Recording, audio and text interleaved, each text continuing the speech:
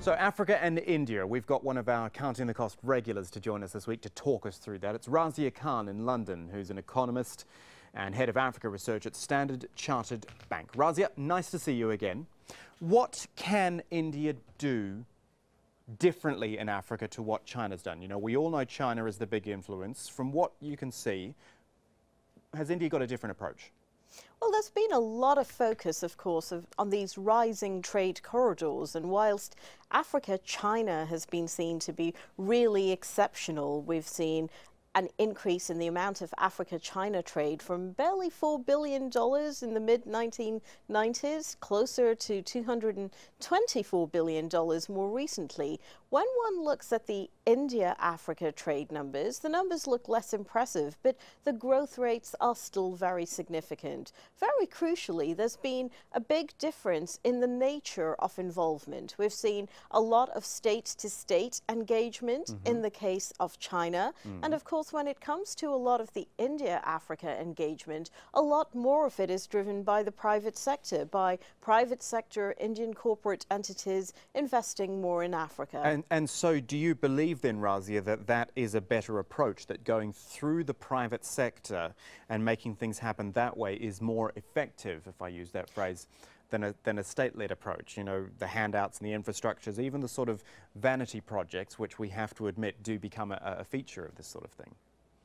Well, as is always the case, there are probably two ways of looking at this. One is, why have we seen this huge increase in the amount of China-Africa engagement? It followed on very specifically from the kind of policy that China had adopted as regarded Africa, and also a lot of the Chinese policy banks making available to Chinese entities cheaper financing for their export activities into Africa. So even though we've seen rising trade shares between Africa and just about every other region in the world, it pales in comparison with respect to China. Now, of course, we've been aware of the other side of that as well, the criticism that there hasn't been as much engagement with Africa's private sector, that the benefits have been fairly limited. The infrastructure is good, but what does it really do to build capacity in Africa itself?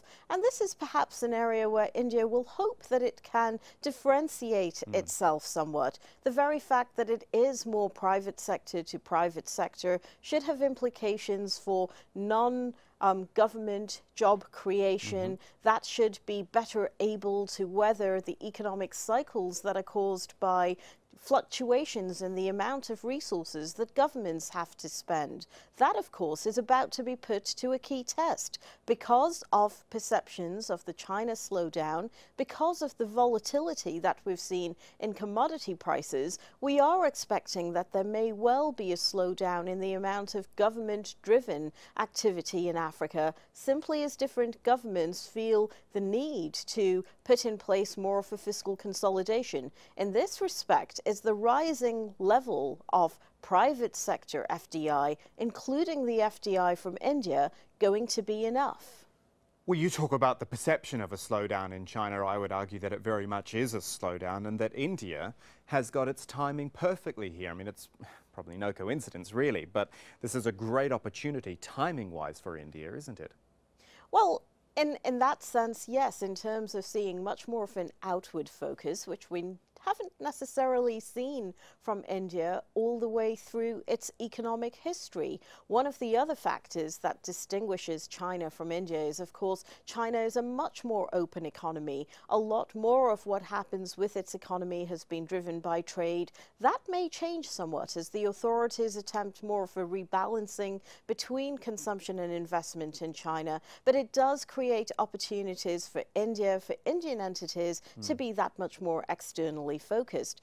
Okay, just flip the story around for me for a moment, Jazeera, and tell me what Africa has got to offer India. Oil is the obvious thing which we think of, but what else is out there which India could capitalize from in this relationship? If we look at the actual nature of India-Africa trade and what has driven those increased volumes that we've seen in recent years, India's exports to Africa are relatively diversified. So India does sell a range of different consumer goods to Africa. It has focused very heavily on telecoms equipment, on pharmaceuticals, and it is seen to have something of an edge in this respect. The real challenge actually comes from the African side. We know that African countries have been locked into the situation of largely being commodity-dependent economies. How can they see more beneficiation? How can they see more value added? And as they seek out equally rapidly growing economies, trading partners in the rest of the world, such as India, how is it that Africa is able to add more value to its exports? So yes, India does buy oil from Africa. It exports a great deal to Africa, ranging from pharmaceuticals to